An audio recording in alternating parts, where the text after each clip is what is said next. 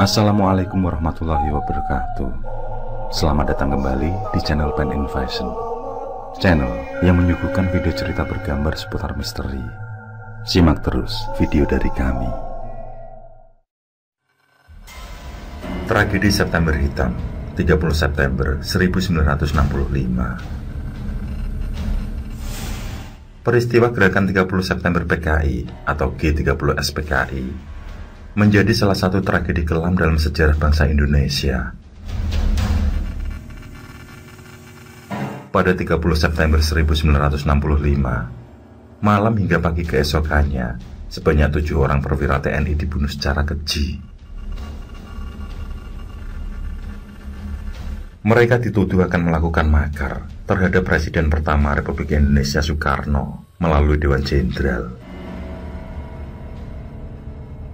Jenazah ketujuh pahlawan revolusi tersebut kemudian dimasukkan ke dalam sebuah sumur di kawasan Lubang Buaya, Jakarta Timur.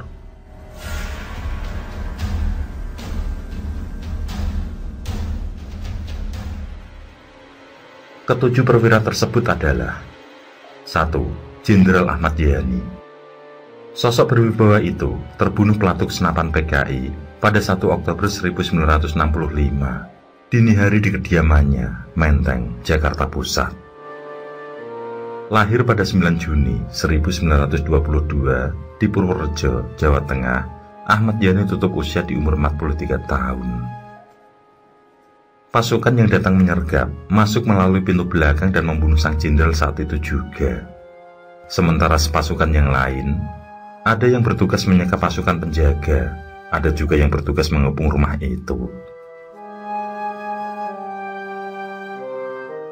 Yang kedua, Maijen R. Suprapto. Berdasarkan informasi dari laman sejarah TNI, pada 30 September 1965, Suprapto baru saja melakukan pencabutan gigi, sehingga pada malam harinya merasa tidak nyaman dan tidak bisa tidur. Di saat itu, Suprapto menyelesaikan lukisan yang niatnya akan diserahkan pada Museum Perjuangan di Yogyakarta. Sekitar pukul 4:30 pagi di keesokan harinya, rombongan penculik menghampiri rumahnya. Anjing menggonggong. Suprapto pun bertanya siapa yang ada di luar. Rombongan di luar menjawab, Cakrabirawa. Mengetahui hal itu, tanpa rasa curiga apapun, Suprapto yang masih dalam keadaan mengenakan piyama dan sarung keluar menemui mereka. Pasukan itu mengatakan Suprapto diminta menemui Presiden Soekarno saat itu juga.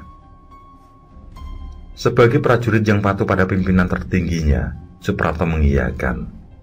Namun, ia minta izin untuk terlebih dahulu berganti pakaian. Permintaannya tidak diizinkan, dan justru langsung menodong Suprapto dengan senjata dan sebagian memegang tangannya, sembari membawanya keluar untuk dinaikkan ke atas truk yang sudah menunggu. Rupanya, jenderal asal Purwokerto, Jawa Tengah ini dibawa ke Lubang Buaya.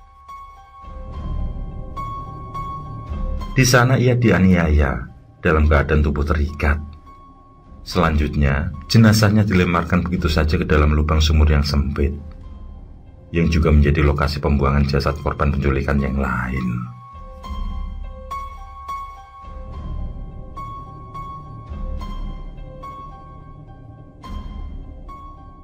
Yang ketiga, Maijen MT Haryono. Jasad sang Maijen ditemukan di sumur Lubang Buaya nomor 2 paling bawah di atas Jenderal DI Panjaitan. Sebelumnya, MT Haryono yang dikenal sebagai penyayang anak ini diberondong peluru di kediamannya saat mencoba melawan rombongan yang datang dan menculiknya. Sayangnya, jumlah lawan terlalu besar. Banyak peluru yang akhirnya bersarang ke tubuh Haryono. Ia pun ambruk dan diseret naik ke atas truk rombongan penculik. Diduga, ketika itu Haryono sudah dalam kondisi tidak bernyawa. Istrinya yang mengetahui kejadian ini segera mengunci anak-anaknya dalam kamar dan mengemudikan mobil sendiri ke kediaman Ahmad Yani dengan maksud melaporkan apa yang terjadi. Namun, di kediaman Ahmad Yani rupanya terlihat terjadi hal serupa. Tidak kehabisan akal, istri Haryono langsung balik ke arah kediaman S. Parman. Namun sayang, keadaan yang sama kembali ia temukan.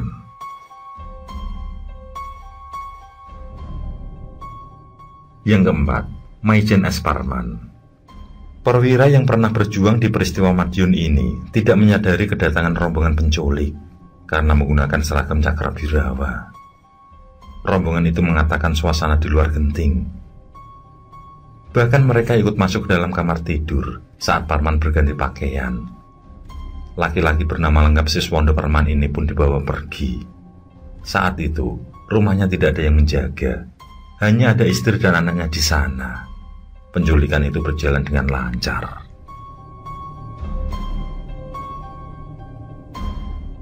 Yang kelima, Brigjen D.I. Panjaitan. Pasukan yang datang dengan menggunakan 2 truk langsung mengepung rumah Panjaitan dari segala penjuru arah. Tapi ia mengira pasukan itu ditugasi untuk menjemput dirinya agar bertemu dengan Presiden Soekarno. Panjaitan pun berpakaian rapi, resmi, lengkap dengan topi, layaknya akan pergi ke satu upacara. Namun tanpa diduga, pasukan itu justru menembaki barang-barang yang ada di rumahnya hingga hancur berserakan. Melihat kondisi seperti itu, Panjaitan yang merupakan seorang umat beragama yang taat, menolak untuk menggunakan kekuatan para penjaga di rumahnya, meskipun sudah beberapa kali diperingatkan. Ia percaya hanya Tuhan yang akan melindungi dirinya. Akhirnya, ia turun dari kamarnya di lantai 2 dan menemui rombongan itu. Jenderal asal Tapanuli itu sempat melawan, sehingga ia ditembak di halaman rumahnya seketika itu juga, dan langsung dibawa pergi. Yang keenam, Brigjen Sutoyo Siswodiharjo. Rombongan datang ke rumah Sutoyo dan mengamankan lokasi di sekitar jalan rumahnya. Orang dilarang melintas dan hansip yang berjaga dibuat tidak berdaya.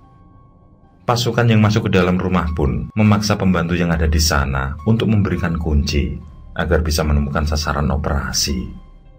Sutoyo dipanggil dan disebut diminta untuk menemui Presiden Soekarno di Istana Kepresidenan. Setelah memenuhi panggilan itu, Sutoyo pun diajak untuk naik truk kendaraan yang digunakan rombongan penculik. Saat di atas truk itu, Sutoyo diikat tangannya dan ditutup matanya. Lalu, ia diturunkan di sebuah rumah dekat lubang buaya. Pagi hari, sekitar pukul 7 waktu Indonesia Barat, suara tembakan beberapa kali terdengar. Dan jenazah dari Sutoyo pun dimasukkan ke dalam sumur dengan ditutup menggunakan sampah dan daun-daun.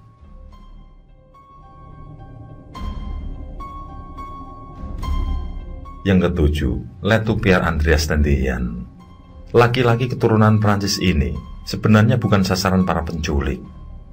Namun saat 1 Oktober 1965 pagi, Tendean tengah berada di rumah Jenderal A.H. Nasution, atasannya, yang merupakan target sesungguhnya. Saat rombongan itu datang dan bertanya pada Tendean, apakah dia adalah A.H. Nasution?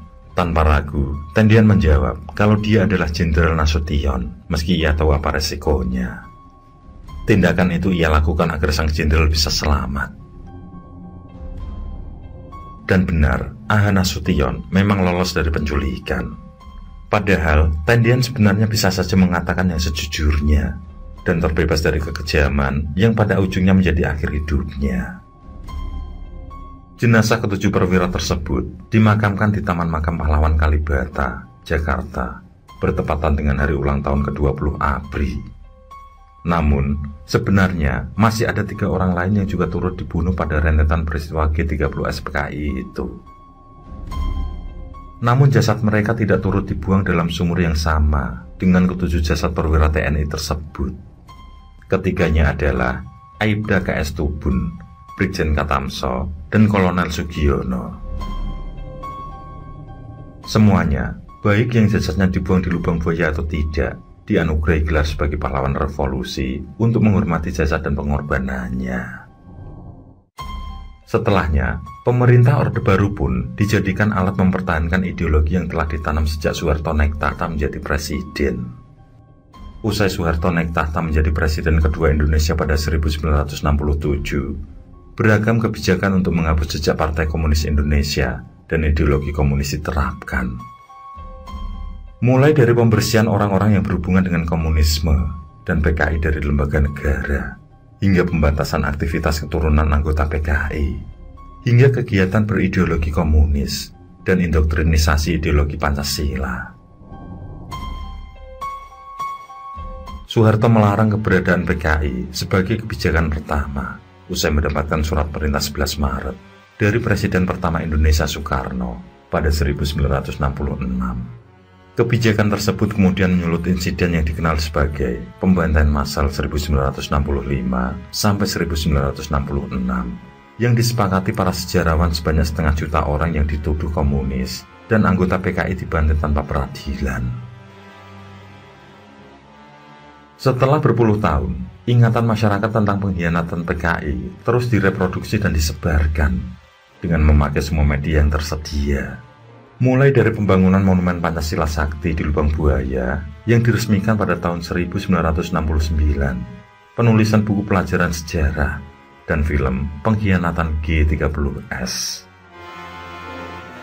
Film ini dibandingkan media lainnya merupakan media yang menampilkan secara lebih lengkap, yakni dengan menggambarkan keterlibatan anggota Gerwani dan pemuda rakyat saat G30S berlangsung.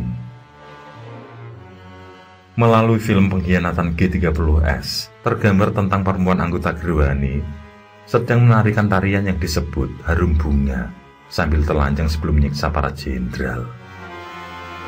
Termasuk dalam modus penyiksaan adalah menyilet-nyilet tubuh, menyunggil mata, dan memotong alat vital para jenderal. Film Pengkhianatan G30S menggambarkan kekejaman di Lubang Buaya melalui dialog menyeramkan seperti "bunuh saja, sayat dagingnya, pukul kepalanya, atau potong lidah dan tangannya." Film dokudrama Pengkhianatan G30S merupakan medium yang paling efektif menyebarkan dan mempertahankan mitos tentang kekejaman komunis. Seperti halnya Monumen, film ini juga memuat versi lengkap upaya kudeta oleh G30S, termasuk pertunjukan tarian Gerwani selama menyiksa para jenderal. Film Pengkhianatan G30S ini diproduksi oleh Pusat Produksi Film Negara (PPFN) tahun 1982 yang saat itu dipimpin oleh Brigadir Jenderal Gufron Dwipayana, seorang anggota asisten pribadi Soeharto yang mengurusi hubungan dengan media. Meskipun disutradarai oleh Arifin Cenor, seorang sutradara teater terkemuka saat itu, naskah film ini dibuat berdasarkan historiografi yang ditulis Nugroho Susanto, dan ia bertindak sekaligus sebagai editor yang ikut menentukan isi film. Sebelum film ini diputar di bioskop, beberapa tokoh dalam peristiwa sebenarnya seperti Soeharto, Kolonel Sarwo Edi Wibowo, dan sejumlah tokoh tentara menonton dan menilainya terlebih dahulu. Ketika mega proyek film Pengkhianatan G30S PKI digagas, ada dua sineas yang jadi kandidat kuat, yakni Teguh Karya dan Arifin Cenor. Nama yang disebut terakhir pada akhirnya terpilih. Judul semula dari film ini adalah Sejarah Orde Baru. Film Pengkhianatan G30S PKI disebut memiliki aura gloomy yang kuat dan menyisakan kesan mendalam di benak penonton. Selain cerita yang dekat dengan masyarakat Indonesia, musik juga punya peran penting. Biaya produksi film ini fantastis di eranya. Pengkhianatan G30S PKI diproduksi Perum Produksi Film Negara dengan dana 800 juta rupiah. Film ini mendapat Piala Citra dalam Festival Film Indonesia 1984 untuk skenario, serta Piala Antemas 1985 untuk film unggulan terlaris 1984-1985. Ada banyak kontroversi menyertai film ini. Salah satunya, apakah kisahnya sesuai dengan fakta sejarah? Jajang Cenor menyebut, naskah disusun setelah melewati proses wawancara dengan pelaku sejarah. Semisal, adegan Nyonya MT Haryono mengepel darah suaminya di lantai. Beliau mengepel darah suaminya sendiri agar anak-anak tidak melihatnya. Salah satu adegan yang paling bikin merinding adalah saat D.I. Panjaitan diculik dan tidak pernah kembali. Yang tersisa dari penculikan keji ini, ceceran darah di lantai rumah. Sang putri berteriak histeris, lalu membasuh wajahnya dengan darah di lantai. Pada tayang perdana, penonton film ini mencapai 699.282 penonton. Kemudian film itu mulai muncul di televisi nasional pada 1985 yang bertepatan dengan peristiwa 30 September. Film yang diputar di TVRI menggambarkan rencana busuk PKI sejak 13 Januari 1965 di Desa Kanigoro, Kabupaten Kediri, sampai puncaknya menjelang 1 Oktober 1965.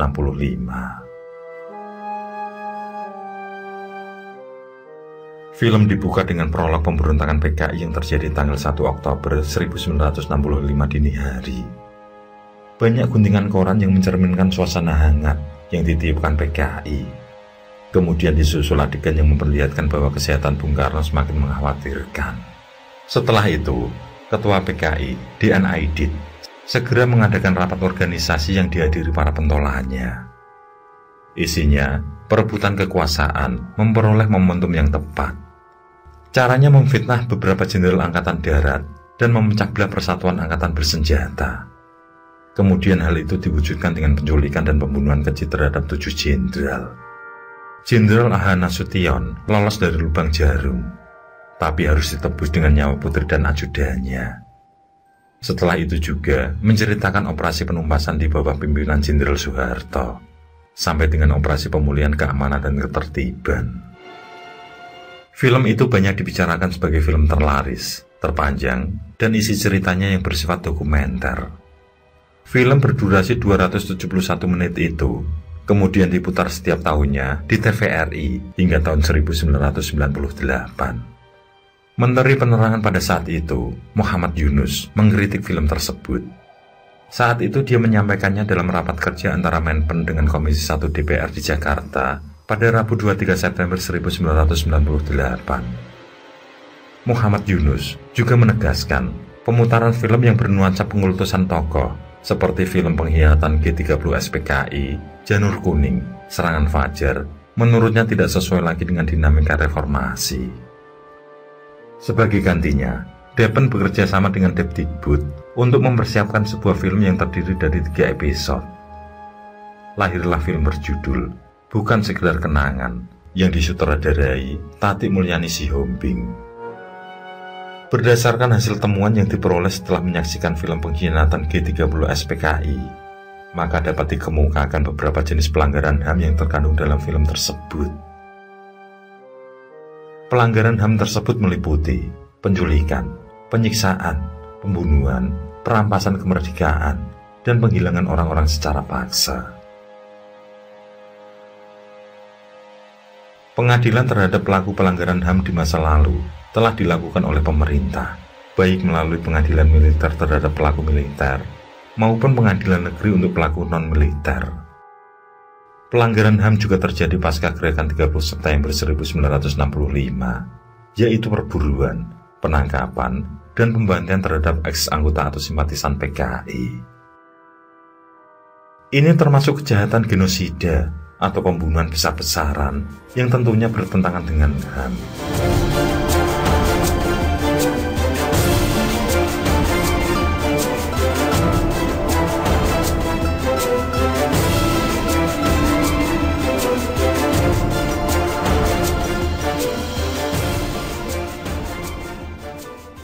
Oke, terima kasih. Semoga kawan-kawan terhibur, dan untuk ke depan, semoga channel ini bisa lebih baik lagi. Akhirul kalam, wassalamualaikum warahmatullahi wabarakatuh. Sesandingan hormat kali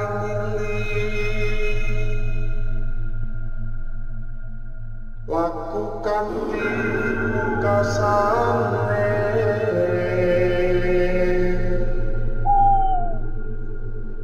Anda kersanengku